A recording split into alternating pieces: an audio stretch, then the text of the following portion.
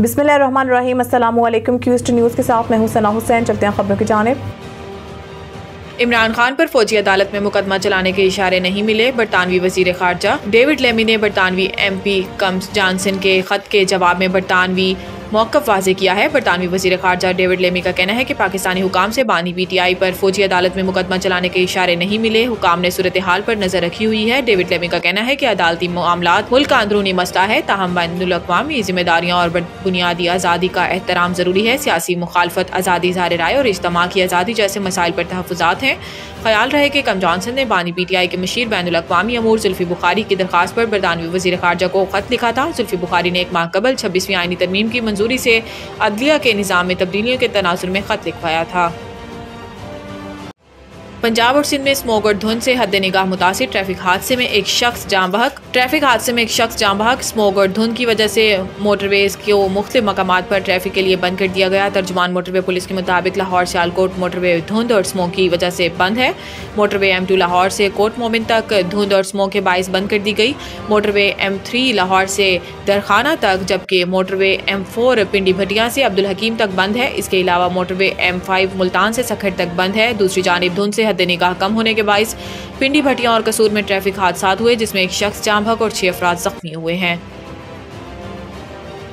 बुशरा बीबी 24 नवंबर को एहतजाज की तैयारियों के लिए मुतहरिक हो गई। वज़ीर आला हाउस पेशावर में PTI हज़ारा, मालाकंड और बलोचिस्तान के अहदेदारों के इजलास हुए। ज़राए के मुताबिक तमाम इजलासों में अहलिया बानी PTI बुशरा बीबी ने बातचीत की। ज़राए का कहना है कि बुशरा बीबी ने बानी PTI का पैगाम PTI अहदेदारों तक पहुँचाया और कहा कि इमरान खान की रिहाई के लिए जद्दोजहद तेज की जाए। इससे कबल PTI ज़राए ने बताया था कि बुशरा बीबी ने 24 नवंबर को एहतजाज में हर हल्के से MNA को 10,000 और हर MPA को 5,000 अफराद साथ लाने की हदायत की है। दूसरी जानिब खैबर पख्तूनख्वा हुकूमत के तर्जुमान बैरिस्टर सैफ ने कहा कि बानी PTI की अहलिया बुशरा बीबी ने किसी इजलास में शिरकत नहीं की, सिर्फ बानी का पैगाम पार्टी कायदीन को बताया है।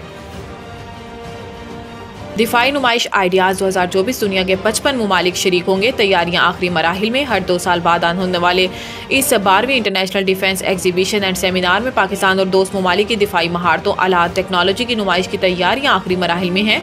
ज़राए के मुताबिक दुनिया के 55 मुल्कों से 550 से ज़ायद नुमाइश कुनिंदगान स्टॉल्स लगाएंगे। तुर्की और चीन भारी मौजूदगी के साथ शिरकत कर रही हैं। ईरान, इटली, बरतानिया पहली बार नुमाइश में शरीक होने वाले में शामिल हैं।